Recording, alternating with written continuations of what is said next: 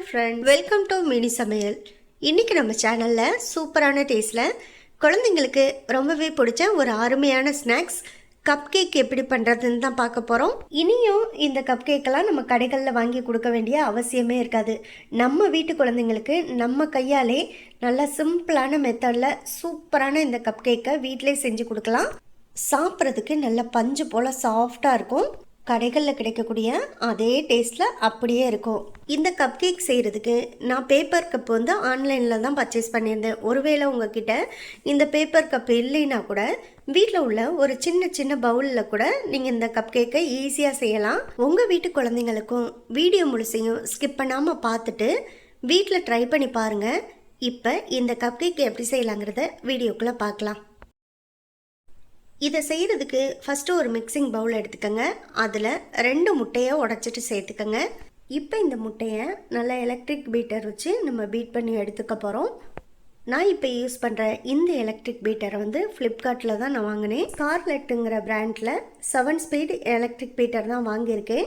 இது கேக் செய்கிறதுக்கோ அப்படி இல்லைன்னா ஏதாவது பீட் பண்ணணுன்னா ரொம்ப ஈஸியாக யூஸ்ஃபுல்லாக இருக்குது. ரேட்டுமே ரொம்பவே ரீசனபிளாக தான் இருக்குது. உங்களுக்கு தேவைன்னா இந்த ப்ராடக்டை டேக் பண்ணி வைக்கிறேன், நீங்கள் பர்ச்சேஸ் பண்ணிக்கலாம். இப்போ இந்த முட்டை கூட 1/2 கப் அளவுக்கு ஒயிட் சுகரை பவுடர் பண்ணி சேர்த்துக்கங்க. இப்போ இந்த முட்டை ஒயிட் சுகர் 2ஐயும் சேர்த்து நல்லா பீட்டர் வச்சு பீட் பண்ணி எடுத்துக்கணும். பார்த்தீங்கன்னா இது வந்து நல்ல ஒரு க்ரீம் கன்சிஸ்டன்சிக்கு வரணும். அது வரைக்கும் நல்லா விடாமல் இந்த மாதிரி பீட் பண்ணி எடுத்துக்கங்க. உங்ககிட்ட எலக்ட்ரிக் பீட்டர் இல்லைன்னா வீட்டில் உள்ள மிக்சி ஜாரில் கூட 2 முட்டையையும் 1/2 கப் அளவுக்கு பவுடர் சுகரையும் சேர்த்து நல்லா க்ரீம் கன்சிஸ்டன்சி வர்ற வரைக்கும் அடித்து எடுத்துக்கலாம். பாருங்கள், நல்லா ஒரு 5லேருந்து 6 நிமிஷம் வரைக்கும் விடாமல் நல்லா எலக்ட்ரிக் பீட்டர் வச்சு இந்த அளவுக்கு பீட் பண்ணி எடுத்தாச்சு. இப்போ உங்களுக்கு பார்க்கும்போதே தெரியும், பாருங்கள் நல்ல ஒரு க்ரீம் கன்சிஸ்டன்சிக்கு இது வந்துருச்சு. இந்த அளவுக்கு நல்லா பர்ஃபெக்டாக க்ரீம் கன்சிஸ்டன்சியில் இந்த மாதிரி பீட் பண்ணி எடுத்த பிறகு இது கூட ஃப்ளேவருக்காக 1 ஸ்பூன் அளவுக்கு மட்டும் வெண்ணிலா எசன்ஸ் சேர்த்துக்கங்க. கூடவே 1/2 கப் அளவுக்கு எந்த ஒரு வாசனையுமே இல்லாத ரிஃபைண்ட் ஆயில் சேர்த்துக்கலாம். இப்போ நம்ம சேர்த்துருக்க வெண்ணிலா எசன்ஸையும் ஆயிலையும் சேர்த்து நல்லா ஒரு முறை திரும்பவும் பீட் பண்ணிக்கலாம். பாருங்கள், ஆயில் சேர்த்த பிறகு நல்லா இந்த மாதிரி பீட் பண்ணிவிட்டு இதோட நம்ம பீட்டரை வந்து ஆஃப் பண்ணி ஓரமாக எடுத்து வச்சிடலாம். அடுத்ததான் இப்போ இது கூட நம்ம மாவு சேர்த்துக்கணும். நான் இன்றைக்கி 1 கப் அளவுக்கு மைதா மாவு சேர்த்துக்கிறேன். எதை அளந்து சேர்த்தாலும் சரி ஒரே கப்பால் அளந்து சேர்த்துக்குங்க. அதாவது இப்போ நம்ம சேர்க்குற மாவு, ஒயிட் சுகர், அதுக்கப்புறமா எண்ணெய், இது எல்லாமே ஒரே கப்பால் அளந்து சேர்த்தோம்னா அளவு வந்து கரெக்டாக வரும். இது கூட 1/2 ஸ்பூனுக்கும் கொஞ்சம் குறைவாக பேக்கிங் பவுடரும் 2 பிஞ்ச் அளவுக்கு மட்டும் பேக்கிங் சோடாவும் சேர்த்துட்டு நல்லா இந்த மாவு வந்து இந்த சல்லடையில் சலிச்சிட்டு அப்படியே சேர்த்துக்கணும். எப்போதுமே கேக் செய்யும்போது மாவு வந்து நல்லா இந்த மாதிரி ஒரு சல்லடையில் சலிச்சிட்டு சேர்த்துக்குங்க. அப்போ தான் கேக் வந்து நமக்கு பர்ஃபெக்டாக வரும். பாருங்கள், மாவு எல்லாத்தையுமே நல்லா சலிச்சிட்டு சேர்த்தாச்சு.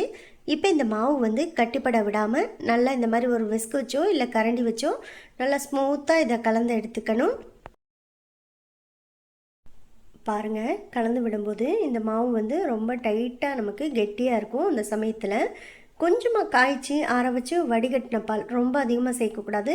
ஒரு 2 ஸ்பூனாக சேர்த்துக்குங்க. ஃபஸ்ட்டு ஒரு 2 ஸ்பூன் சேர்த்து கலந்து விட்டு பாருங்கள் மாவோட கன்சிஸ்டன்சி வந்து சரியாக வருதான்னு. அப்படி இல்லைன்னா கூட ஒரு 2 ஸ்பூன் அளவுக்கு மட்டும் சேர்த்து நல்லா கலந்து விட்டோம்னா இந்த மாவு வந்து பர்ஃபெக்டாக வந்துடும்.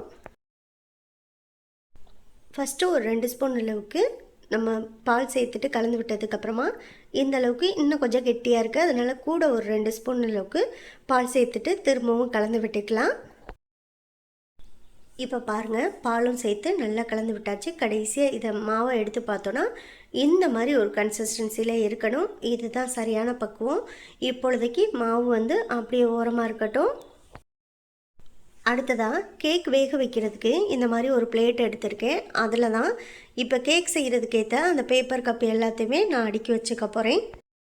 மொத்தமாக ஃபஸ்ட் பேட்சில் பார்த்திங்கன்னா ஒரு 10 பேப்பர் கப்பு நான் ரெடி பண்ணி வச்சுக்கிறேன். அதில் தான் இப்போ வந்து 10 கப் கேக்கு நான் இதில் ரெடி பண்ணிக்க போகிறேன். இப்போ இந்த கப் கேக் எல்லாத்துலேயுமே மாவு சேர்த்துக்கலாம். அதுக்கு பார்த்திங்கன்னா நான் இன்றைக்கி இந்த கேக் செய்யக்கூடிய அந்த பைப்பிங் பேக் இருக்குது பார்த்திங்களா, அதில் தான் மாவு வந்து நான் சேர்த்துக்கிறேன். அப்படி இல்லைன்னா உங்ககிட்ட இது இல்லைன்னா நான் இப்போ உங்களுக்கு இன்னொரு மெத்தடும் செஞ்சு காமிக்கிறேன் பாருங்கள். அது ரொம்ப ஈஸி தான். அதாவது இந்த பைப்பிங் பேக் இல்லைன்னா இந்த மாதிரி ஒரு பால் கவரை நல்லா கழுவிட்டு அதுக்கப்புறமா அதில் மாவை சேர்த்துட்டு சின்னதாக ஓட்டை ஒரு சைடு போட்டுட்டு இன்னொரு சைடு ரப்பர் பேண்ட் வச்சு க்ளோஸ் பண்ணிக்கோங்க. அவ்வளோதான். மாவு வந்து இந்த மாதிரி சேர்த்துக்கலாம். எதனால நம்ம ஸ்பூன் வச்சோ இல்லை கரண்டி வச்சோ மாவு சேர்க்கலைன்னு பார்த்தீங்கன்னா, இது வந்து நம்ம குட்டி குட்டி கப்பாக இருக்கிறதுனால அளவு பார்த்திங்கன்னா நம்ம இந்த மாதிரி சேர்க்க முடியாது. இந்த மாதிரி பெர்ஃபெக்டாக ஒரு பாக்கெட்டில் நம்ம மாவை வந்து அடைச்சிட்டு அதுக்கப்புறமா சேர்த்தோன்னா நம்ம ஈக்குவலாக எல்லாத்துக்கும் ஒரே மாதிரி சேர்த்துக்கலாம். அதே போல் கப்பில் மாவு சேர்க்குறப்ப பார்த்திங்கன்னா அரை கப் அளவுக்கு மட்டும்தான் நம்ம மாவு சேர்த்துக்கணும். ஃபுல்லாக மாவு சேர்த்துடக்கூடாது. ஏன்னு பார்த்தீங்கன்னா நம்ம கேக்கு செய்கிறப்ப கேக் வந்து அழகாக வெந்து மேலே எலும்பி வர ஆரம்பிக்கும். அந்த சமயத்தில் ஃபுல்லாக நீங்கள் மாவு சேர்த்திங்கன்னா கீழே பொங்கி வந்து வளைஞ்சு கேக் வந்து நமக்கு சரியாக வராது. அதனால் அரை கப் அளவுக்கு நான் இப்போ சேர்த்துருக்கேன் பார்த்தீங்களா, எல்லா கப்லேயுமே அந்த அளவுக்கு மாவு சேர்த்துட்டா போதும். அப்போ தான் நமக்கு கேக்கு பர்ஃபெக்டாக வரும். அது மட்டும் இல்லை, கேக்கும் நமக்கு மேலே வந்து அழகாக எலும்பி வரும். இப்போ மாவெல்லாம் கப்பில் சேர்த்தாச்சு. இப்போ இதை வேக வச்சு எடுத்துக்கணும். அதுக்காக நான் ஏற்கனவே ஸ்டவ்வில் ஒரு கடாயை எடுத்து வச்சு 10 நிமிஷம் நல்லா மூடி வச்சு ஃப்ரீ ஹீட் பண்ணி வச்சுருக்கேன். அதில் இப்போ கேக் மோல்டு வைக்கிறதுக்கு ஏற்றது மாதிரி ஒரு ஸ்டாண்டுமே ரெடியாக போட்டு வச்சுருக்கேன். இப்போ கடாயில் போட்டு வச்சுருக்க இந்த ஸ்டாண்டில் கேக்கெலாம் வச்சுருக்க இந்த பிளேட்டை அப்படியே எடுத்து மாவெல்லாம் சேர்த்து அந்த பிளேட்டை வந்து அப்படியே இந்த கடாயில் வந்து அந்த ஸ்டாண்டு மேலே வச்சுக்கணும். வச்சுட்டு இப்போ இந்த கடாயை வந்து நம்ம க்ளோஸ் பண்ணிடலாம். அவ்வளோதான். இப்போ வந்து இது நல்லா வேகட்டும். அதே போல் இந்த கடாயோட மூடியில் பார்த்திங்கன்னா சின்னதாக ஒரு ஓட்டை இருந்துச்சு. அதையுமே ஒரு பேப்பர் வச்சு நான் அடைச்சி வச்சுருக்கேன் பாருங்கள். இப்போ இது நல்லா ஒரு 20லேருந்து 25 நிமிஷம் வரைக்கும் வேகணும். அதுக்கப்புறமா தான் நமக்கு கேக் வந்து பர்ஃபெக்டாக வெந்து வரும். அப்படியே மூடியை போட்டு மூடி வச்சுட்டு ஒரு 25 நிமிஷம் வெயிட் பண்ணுங்கள். நான் முழுசாக 25 நிமிஷம் சொன்னேன். ஆனால் நம்ம கேக்கை வச்ச ஒரு 5 நிமிஷத்துலேயே நம்ம மூடியை ஓப்பன் பண்ணிவிட்டு இப்போ இந்த கேக் மேலே எதுவும் நட்ஸோ இல்லை டுட்டி ஃப்ரூட்டியோ ஏதாவது சேர்க்க விரும்புனா நம்ம சேர்த்துக்கலாம். நான் இன்றைக்கி பார்த்திங்கன்னா இதில் டுட்டி ஃப்ரூட்டி தான் சேர்த்துக்க போகிறேன்.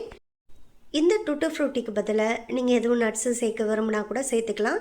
இப்போ பார்த்தீங்கன்னா ஃபஸ்ட்டு ஒரு 5 நிமிஷத்துலேயே ஓப்பன் பண்ணி இந்த டுட்டி ஃப்ரூட்டியெல்லாம் சேர்த்தோம். அடுத்த ஒரு 20 நிமிஷம் அப்படியே ஸ்டவ்வை வந்து லோ ஃப்ளேமில் வச்சுட்டு வேக வச்சுக்கோங்க. 20 நிமிஷம் கழித்து ஓப்பன் பண்ணி பார்க்கலாம். இப்போ சரியாக 20 நிமிஷத்துக்கு மேலே ஆச்சு. நம்ம வந்து இப்போ ஸ்டவ்வை ஆஃப் பண்ணிவிட்டு நம்ம இப்போ மூடியை ஓப்பன் பண்ணி பார்க்கலாம். பாருங்கள், கேக்கு எல்லாமே நல்லா பர்ஃபெக்டாக சூப்பராக வெந்து வந்துடுச்சு. அவ்வளோதான். இப்போ இதை அப்படியே நம்ம வெளியில் எடுத்து வச்சுக்கலாம். பாருங்கள், இப்போ வேக வச்ச கப் கேக்கை நான் உங்களுக்கு எடுத்து காமிக்கிறேன். எவ்வளோ ஸ்பாஞ்சியாக சூப்பராக வெந்து வந்திருக்குன்னு உங்களுக்கு பார்க்கும்போதே தெரியும். பாருங்கள், எவ்வளோ பர்ஃபெக்டாக சூப்பராக வெந்து வந்துருச்சு. நல்லா இது சாப்பிட்றதுக்கு பஞ்சு போல் சாஃப்டாக இருக்கும். குழந்தைங்க ரொம்பவே ஆசையாக விரும்பி சாப்பிடுவாங்க. வீட்டில் நீங்களும் இதே மெத்தடை ஃபாலோ பண்ணி உங்கள் வீட்டு குழந்தைங்களுக்கும் நீங்கள் செஞ்சு கொடுங்க. இந்த வீடியோ உங்களுக்கு பிடிச்சிருந்தா இந்த வீடியோவை லைக் பண்ணி நம்ம சேனலை மறந்துடாமல் சப்ஸ்கிரைப் பண்ணிக்கோங்க. சப்ஸ்கிரைப் பண்ணும்போது பக்கத்தில் உள்ள பெல் ஐக்கானை கிளிக் பண்ணி வச்சுட்டிங்கன்னா நான் போடக்கூடிய குக்கிங் வீடியோ எல்லாமே உடனுக்குடனே உங்களுக்கு வந்து சேரும். உங்கள் ஃப்ரெண்ட்ஸ் அண்ட் ரிலேட்டிவ்ஸ் எல்லாருக்கும் ஷேர் பண்ணுங்கள். இதே போல் அடுத்தடுத்து நல்ல நல்ல வீடியோவில் சந்திப்போம். ஓகே, பாய்.